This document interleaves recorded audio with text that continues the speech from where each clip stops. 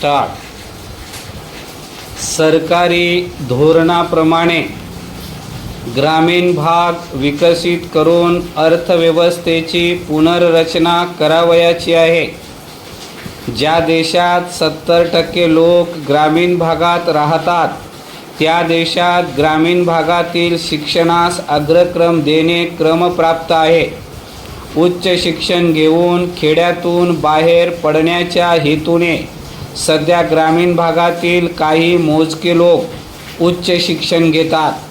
त्यांच्या पारंपरिक शिक्षणाची त्यांच्या ग्रामीण परिस्थितीशी सांगडही घालता येत नाही आणि म्हणूनच ग्रामीण भागात नेहमीसारखीच कला वाणिज्य महाविद्यालय उघडून हा प्रश्न सुटणार नाही. या पारंपरिक शिक्षणास ग्रामीण जनतेचा फारसा सहकार मिळत नाही, कारण हे शिक्षण व त्यांचे दैनंदिन जीवनाचे प्रश्न यांचा काहीही संबंध नसतो.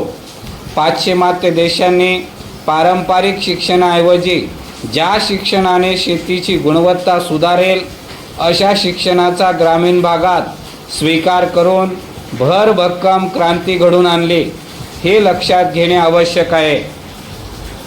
आपणही ग्रामीण भागातील शैक्षणिक संस्थांना थोडी जमीन देऊन त्यावर आदर्श शेतीची प्रात्यक्षिके करून दाखवली तर ते शिक्षण जास्त उपयुक्त ठरेल.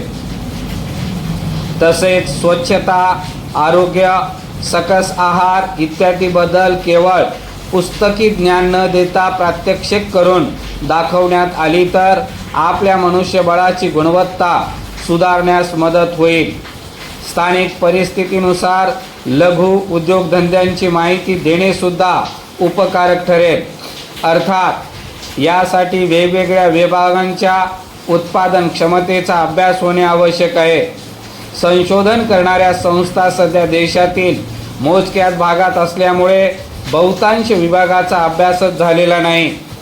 विद्यापीठ अनुदान मंडळाने केवळ पारंपरिक शिक्षणावरच पैसा ओतण्याची दिशा बदलून वेगवेगळ्या विभागांमध्ये संशोधन संस्था स्थापन करावयास मदत केली तर तो पैसा जास्त फलदायी ठरेल.